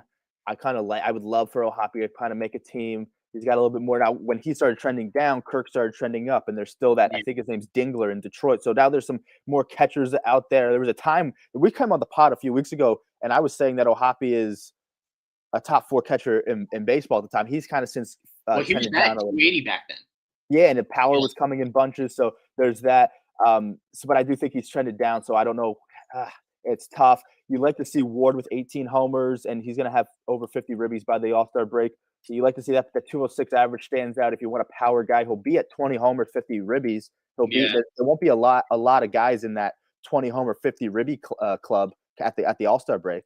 So he'll be one of them. He'll be like the sneakiest motherfucker out of all of them because he'll be hanging out with Pete, Cal, and Aaron Judge in that fucking thing. So both Pete's, PCA and fucking Alonso. So he'll be hanging out with those motherfuckers, and he'll be like the sneaky guy in the mix. So maybe you give him some love. I love that you mentioned Kenley Jansen. Angels are fucking hard. I love his ERA is over 4, but I'd love to see a veteran do it. Does have how many saves? 14 saves. I do like Kikuchi. I might lean Kikuchi because I like the starting pitching. Where Neto, 282, 10 homers, 11 stolen base. He's been doing it. He is a shortstop. Okay, you know what? Fuck it. I do think Kikuchi should make the team. I love that he just had a gem the other day. Maybe that's why my mind was on Kikuchi. I'll agree with you with Zach Neto, the most deserving. I was questioning his at-bats because he started the year on the IL. He's still going to have over 200 at-bats at the break. It's Zach Neto. It's fucking Zach. I'll give the upper edge to the position player. Let's go, Zach Neto. Be an all-star. That's great. All right. So next is the Rangers, which this is going to be another starting pitcher because we talked about how lackluster their lineup has been. 32-35 in 4th place right now. But Spin, what pitcher is it? Do you go with the resurgence of Jacob deGrom? Do you go with Nathan Eovaldi? Or do you go with the first-timer and Tyler Mahle? I mean, all of them, very similar stuff. I mean, Nathan Eovaldi's ERA is 1.56. Is he hurt right now, though? He is, yeah. So that's do you let him still get it?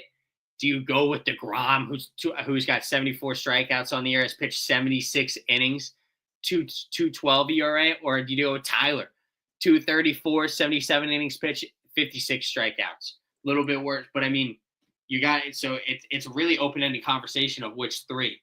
Yeah, because I think that Texas probably will have 3 all-stars, and I think they're all the starting pitchers that you named. I don't think anyone from the pen or the offense is an all-star in Texas. So no one's playing like it except for those 3 pitchers. So shout out on the pitching staff there.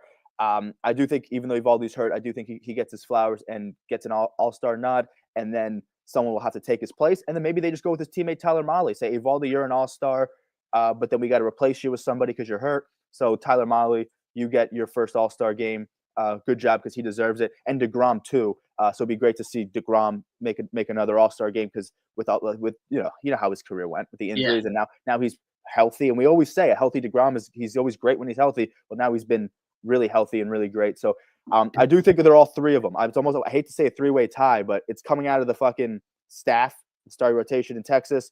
All 3 of them are very much deserving. If I have to lean any way, maybe I'd go DeGrom just because it's DeGrom and I want to see him back. But it really comes down to personal preference because they all 3 are deserving. I know. So I'm going to go with Evaldi just because of his ERA. Yeah. A sub-2 ERA this late in the year after you have 12 games started is disgusting to me. Love to see DeGrom there because he's had such a horrible road. He just gets hurt all the freaking time. But give me Evaldi. I'm going to go with Evaldi. But then to the A's, where it's also pretty self-explanatory. I mean, you can talk about the Tyler Soderstroms, who's got 14 bombs on the year, the Brent Rookers, the Lawrence Butlers, but it's Jacob Wilson with one of the highest averages in all of baseball at 366, I would say. I like that you talked about those guys. There's definitely some notables, but the guy who does kind of stand out the most is going to be Jacob Wilson and his 366 batting average with over 250 at-bats, which is fucking insane. Yeah. And he's making a damn good case to start with Bobby Witt in the same league. So good on you. And I mean, it's crazy because the young guy on that team for so long was Mason Miller. And to respect to Mason, he's got 13 saves, but he's got over a 4 ERA. Mm-hmm. So he hasn't had the same stuff that he did last year. But still think he's a good closer. To the NL side, I guess we'll start with the East. This one, for me, this one's a little hard because you start with the first place Mets. They got a lot of guys who can do it. A lot of guys. 43-24, best record in the NL, second best record in the MLB. You got Pete, you got Lindor, you have their whole entire starting staff. But who are you sending? Who's most deserving? Yeah, I think pretty much everyone you said is certainly deserving. Like, who stands out the most? I honestly, it's so hard to say who stands out the most. I mean, I think I might have had Pete Alonso starting over Freeman in my first ballot, just because I think he, the way he started compared to what Freeman started on the IL, but when Freeman plays, he's unbelievable. But Alonso started and got out to an extremely hot start. He's a huge reason to their success. So of course he's deserving. Of course Lindor, who's never made an All-Star team with the Mets, by the way, he's deserving to probably be the starting shortstop in the National League. So I think those guys could very well start, but the most deserving guy might not even be a guy who starts and it's a pitcher and it's Kodai Senga. I don't think he starts over Skeens or anything like that, but I think he leads the league in maybe baseball in ERA, something like that. 159 among qualifiers. Maybe that's the highest or the lowest. But either way, yeah, I think you look at the staff in Queens, and we know it's fantastic. They can have a few guys come out of that staff to be an All-Stars this year. Senga's kind of at the top of it, and if the staff is the offense is obviously it's a fine offense. Like, it's good. They're in first place, and you do have probably at least 2 All-Stars coming from the offense with Pete and Lindor.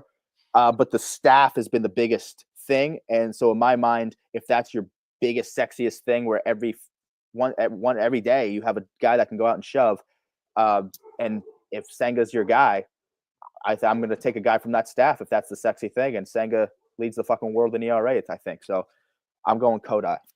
So you can't talk enough about Kodai because he's been unbelievable this year. But to me, it's Pete. Pete's going to be at that. He's going to be at that 20 home runs. He honestly might hit 70 RBIs before the break. I think he's definitely going to hit 70 RBIs before the break. I would say he's sitting at 62 right now. Also, all while batting 300 on the year. He is killing it.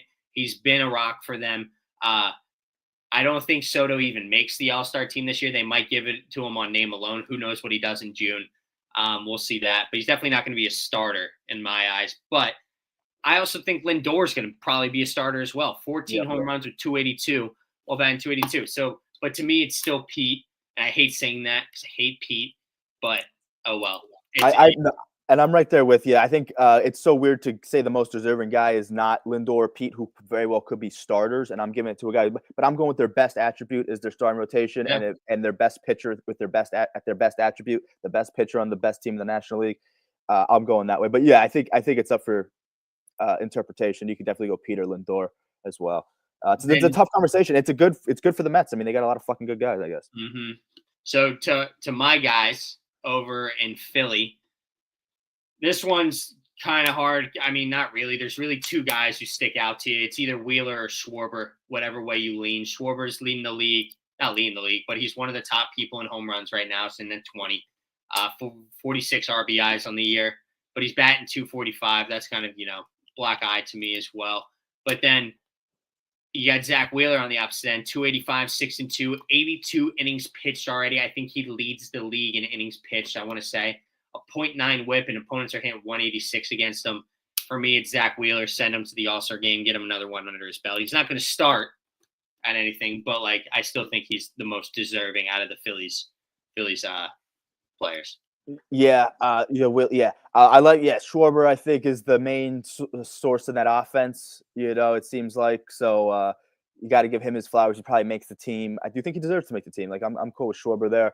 Again, there's going to be a very elite class of 20 homer, 50 ribby guys at the break. And in theory, that's kind of pacing for like a 40-100 season. You figure you have 20 and 50 here, and then you go the next half of the season. If you do that again, you're kind of pacing. Now there's variables that get in the way, but at the very bare minimum, that's a really good pace. So he's going to be one of that elite club of dudes that can do that. So he definitely deserves it. I'll give flowers to Christopher Sanchez, but Wheeler is most deserving in Philly.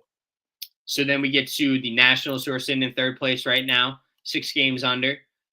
This one, pretty simple to me. There's 2 guys that I think could do it. James Woods or C.J. Abrams. It's whatever you like. James Woods, 16 home runs, 45 ribbies, batting 270 on the year. With respects to C.J. Abrams, he's hitting 9 bombs on the year. Got a little late of a start, but still hitting 269, 9 bombs, 22 ribbies, 11 stolen bases on the year. So it really comes down to those 2 guys to me. They got stars over there in Nationals and those 2 guys. Then you also want to talk about Mackenzie Gore. Under 3 ERA, 114 strikeouts on the year. But he's 3-5. So, I mean, maybe you take a look at that. But to me, it's James Woods. I think James Wood is going to be a starter this year. He's a star in the making in this league. He can hit the shit out of the ball. So give me James Wood to start for me. Yeah, maybe we should do a good little trivia question when we get to the All-Star break. Maybe we play a little game of trivia or something. Read each other questions, because I think Wood is another guy that's going to be in the 20 homer 50 ribby club at the break. I mean, there's a handful of guys pacing that way. It'd be interesting. That'd be my trivia question. Don't think about it too much. We have to get there first. Don't think about it. It'd be crazy to see who is in that class, because there seems to be a handful of dudes, and it seems like a really good little achievement there at the beginning of before the break, I should say, to be in that, have those types of numbers. So really good for James Wood. I love that. I could lean maybe he's the most deserving. I don't know. Abrams is in the mix too. I like that you mentioned him. I kind of like Mackenzie Gore a little bit more, I think. I love that he has the strikeouts that he has with a sub-3 ERA is insane. I'm not dwelling on his win-loss record.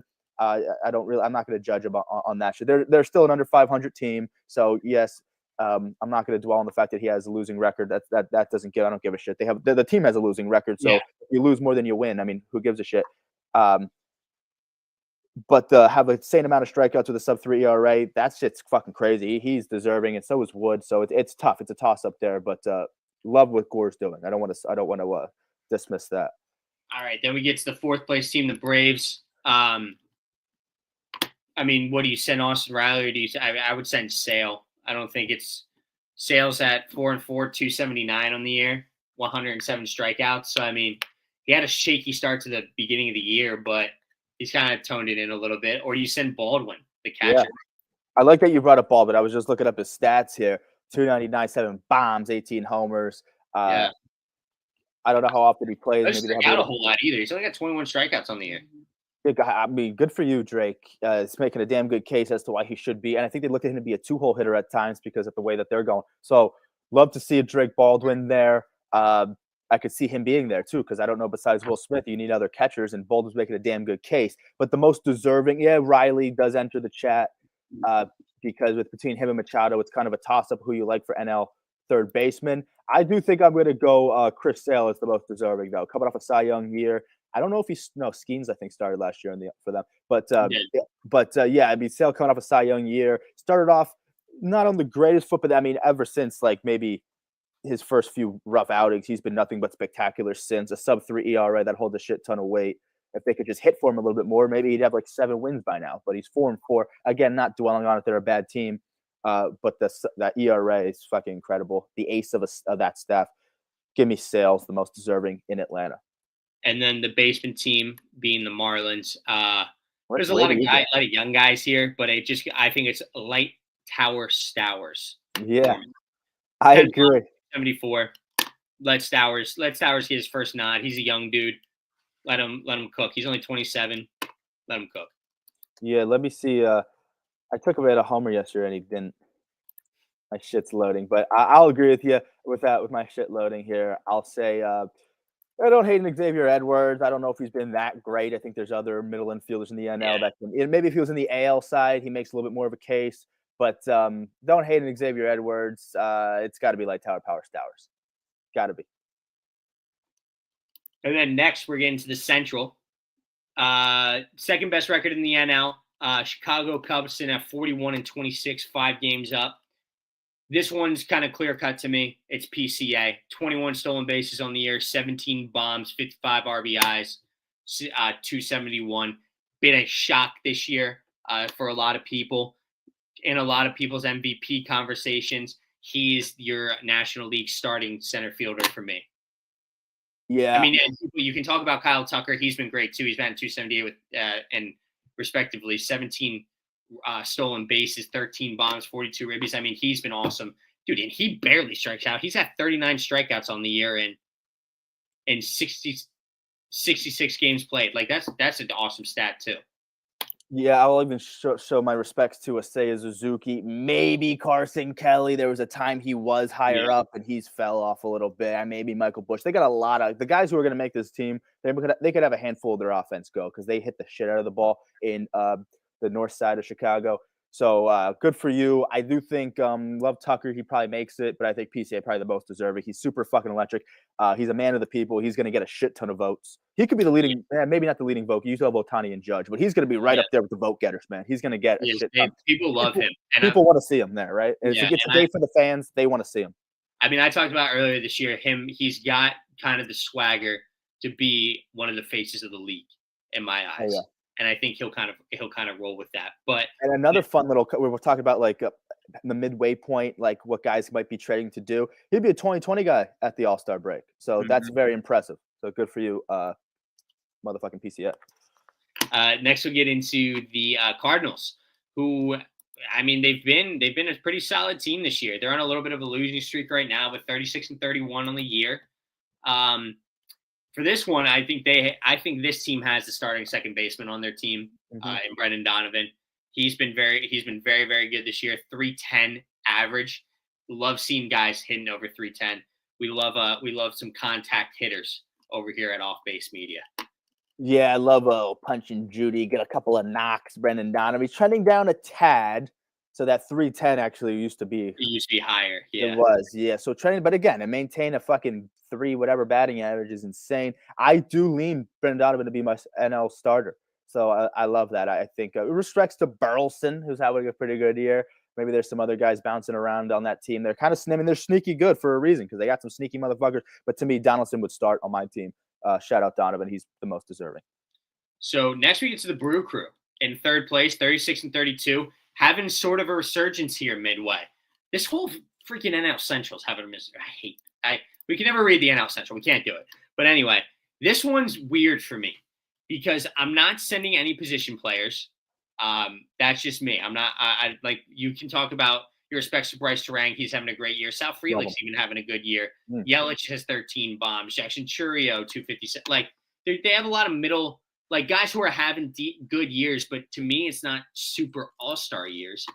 But then you talk about, like, a Freddie Peralta or Chad Patrick. But, dude, I'm going with one of their relievers, and his name's Abner Uribe. Good one. Good call. He pitches in a whole lot of games this year. He's got a 1.39 ERA, pitched in 32 games so far this year, 32 innings, 42 strikeouts.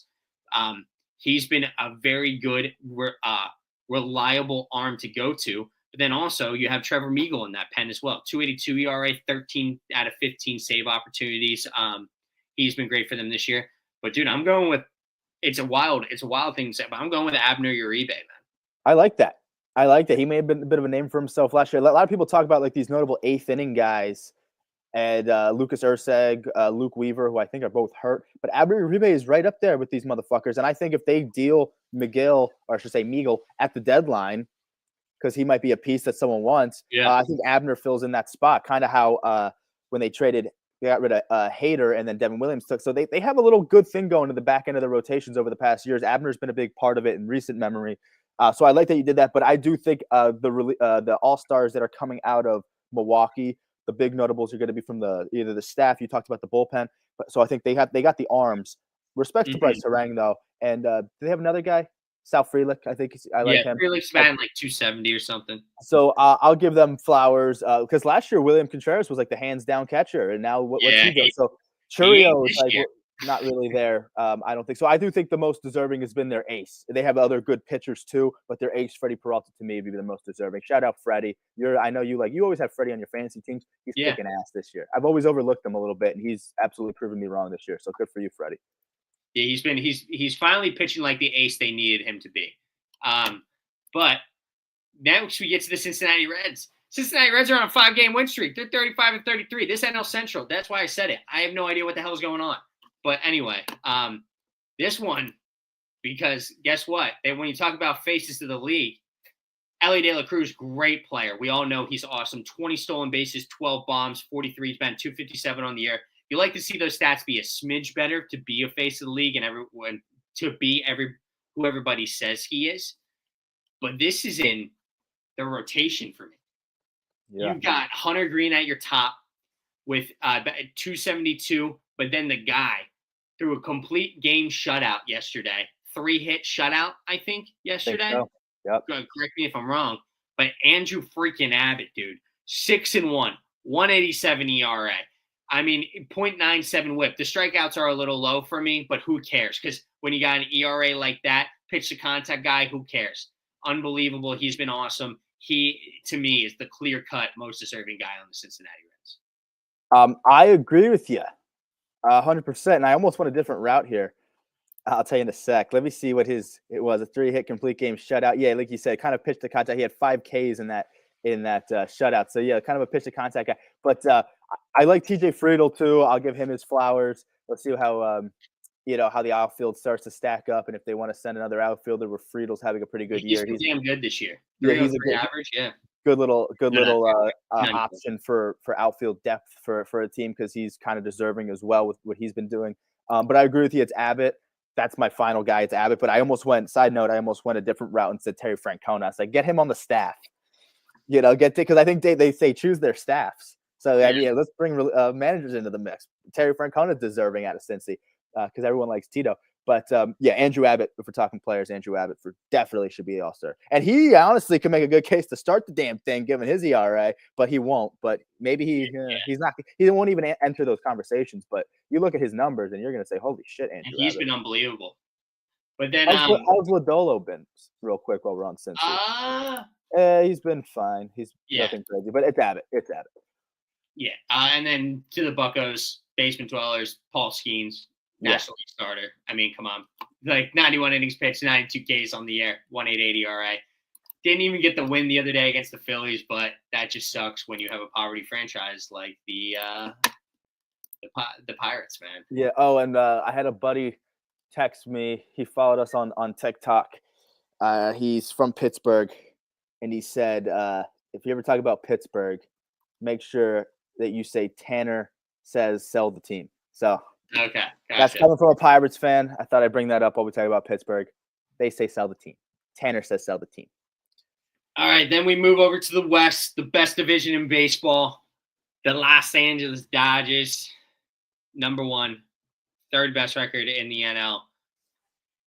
I mean, dude, I want to say Freddie Freeman so freaking badly because he's been 349 on the year. Like, Freddie Freeman's awesome. 9 bombs, 41. He got a little late start, but I mean, it's got to be Shohei. Shohei's going to be the starter at DH. He's got over 1,000, but so does Freddie, man. You know what? Screw it. I'm saying Freddie. Freddie's been in 349 over the year. He's got over 1,000 OPS, 9 bombs, 41 ribbies. Somebody needs to start talking about Freddie Freeman more.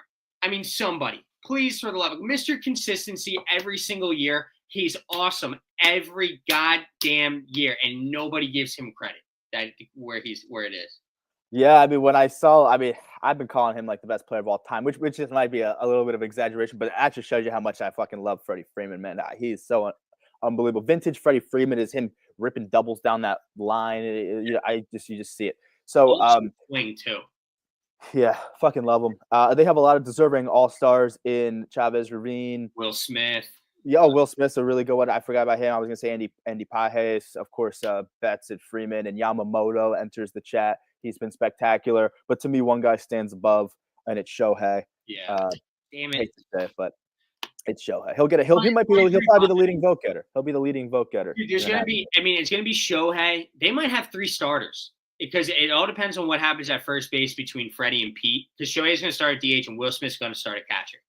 So we'll see, but. I just want Freddie to start getting some more love, man. He's Mr. Consistency every single year. Maybe I'd change my answer just to do a little bit of a shake it up a little bit. Most deserving guy. I love you said Freddie. Let me go Will Smith then, because I don't know what catcher is more deserving over Will Smith. He's the best catcher in the league. He's certainly deserving. I think Ohtani's like such a gimme that it's just like, of course he's gonna probably start as the DH, right? Like, of course that's a gimme. But the most deserving, like, there's no catcher better than Will Smith in the National League. So I'll say that for that reason. But again, so many fucking all-stars. We all know who's good over there. So fuck it. So we move on to an extremely interesting Giants team. Up and down the whole entire year. They went on a little lull for a while. Our boy Logan Webb was looking like a Cy Young for a little bit, fell off. And so now, dude, I'm not going to say Webb. I'm not going to say the grandson of the wind. I'm not going to say any of that left side of the field. Patrick Bailey's been a huge disappointment this year. Doval in the pen's been awesome. He's kind of back to where he was before. He's got a 1.45 ERA. He's not my pick. I want to give him some respects, but dude, I'm going with Robbie Ray, man. Oh, Robbie Ray on the year is 8-1 with a 2.44 ERA. Some people have him beaten innings pitch, and people got him beaten strikeouts. But that ERA paired with that win-loss record, that's awesome to me. That's the right answer. I almost overlooked Robbie Ray. I do still like Logan Webb. I still think Webb's going to be an all-star. Grandson of the wind, make a good push. If there's anyone in that offense that's deserving of that offense, it's the grandson of the wind. He'll be a bench player this year. Yeah, I think he'll probably make the team. So good for you, grandson of the wind. And I almost was going to lean towards someone out of that pen. I almost did lean Doval because the Giants bullpen has been absolutely spectacular as of late. We kind of saw at the beginning of the year, we thought the Dodgers pen was going to be the shit because all their guys. Then the season got underway, and the Padres bullpen was on top of the world. Now it's the Giants, so we're seeing a lot of shit in that division because we see how those fucking standings fluctuate in the West. So the Giants being in second place right now, a big reason is their bullpen been able to do things. So I almost went that direction. Still love still love Logan Webb. Still love grandson of the wind. The correct answer is Robbie Ray for sure. He's the most deserving. So then we get to the Padres, third place team, who the Dodgers are playing right now. Tomorrow, this whole entire NL West might look completely different. Who knows? But we get to the Padres, where in the beginning of the year, it was Tatis, and it was like, no questions asked. It's Tatis. Like, don't even ask. Now, man, Manny's having one of the sneakiest years in general. 325, 904 OPS, 10 home runs, 39 ribbies. And listen to this, 8 stolen bases for the kid. Not for the kid anymore, for the 30-year-old, like whatever he is. But even with that being said, I'm still going to give my respects to Robert Suarez in that pen. Sub 2 ERA, 178, 21 out of 23 save opportunities. He's been lights out. He's been that pen's been unbelievable this year, but he's been their go-to closer. Won them a lot of games this year. I'm gonna go with Robert Suarez to be my most deserving. I like that. Yeah, I do actually think that. 21 saves. I don't know if that leads fucking baseball. I don't even fucking know. I mean, Munoz might still have the most saves. I know they've been neck and neck all year. Suarez, I do think is right. I give my respects to Machado. There's a damn good chance he starts, but I do think Suarez, who does lead the league in saves, by the way, with 20. He's the only guy with 20 saves, and he has 21 of them. So yeah, I do think he's the most deserving. Suarez, that's awesome. And it's good that it's kind of come out of the pen because their pen has been spectacular. So represent the bullpen. Maybe they have a few guys like Jason Adams been good too for like an 8th inning guy or whatever the fuck he does. So guys out of that pen, and I'll go Suarez but respects to Machado. And I don't know, does Pivetta, did they give him a little love? I don't know.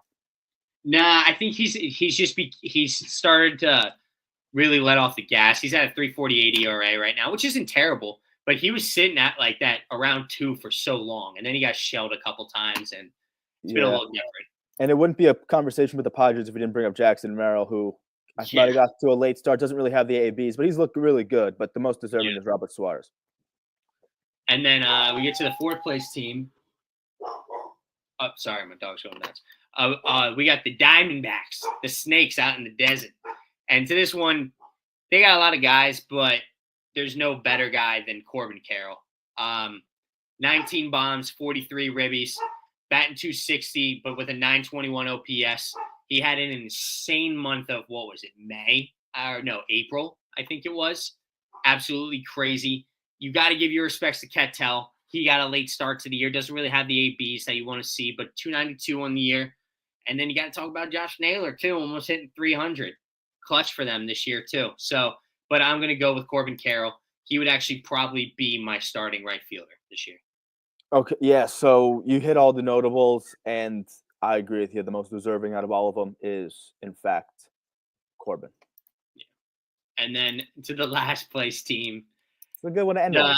The Colorado Rockies, 3-7 in the last. Remember, we were like, "Oh wow, the Rockies getting hot here." Well, they've lost their last 4. And I think like if you're gonna send anybody, you got to send Hunter Goodman. I really think that's kind of the only person that really could get there. I don't know. Do you send Tovar?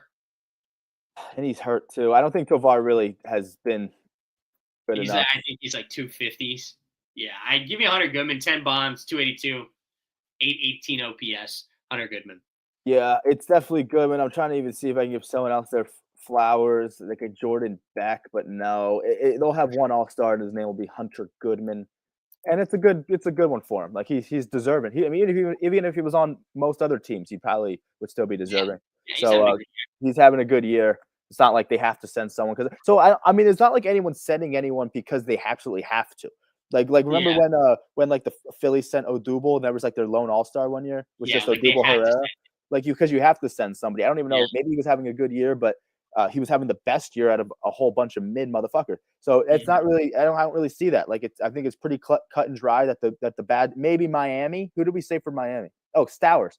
So and he's having a good year too. And he's having a good year. So, yeah, it seems like every team there's going to be someone who certainly deserves it rather than just making the team because, like, you have to send someone. So, definitely Hunter. Without Hunter Goodman, what the fuck? It's Hunter. It's Hunter there. Brenton Doyle. Yeah, geez. See, you want to send Doyle, but holy shit balls, man. Dude, we're almost hitting the 2-hour mark. We got to get the hell out of here. Thanks for tuning in, everybody. It's time to sit in the phone, and we got all-star coverage as the weeks progress. We got more and more of that. Thanks for tuning in from Off Base Media. Down and spin in the morning.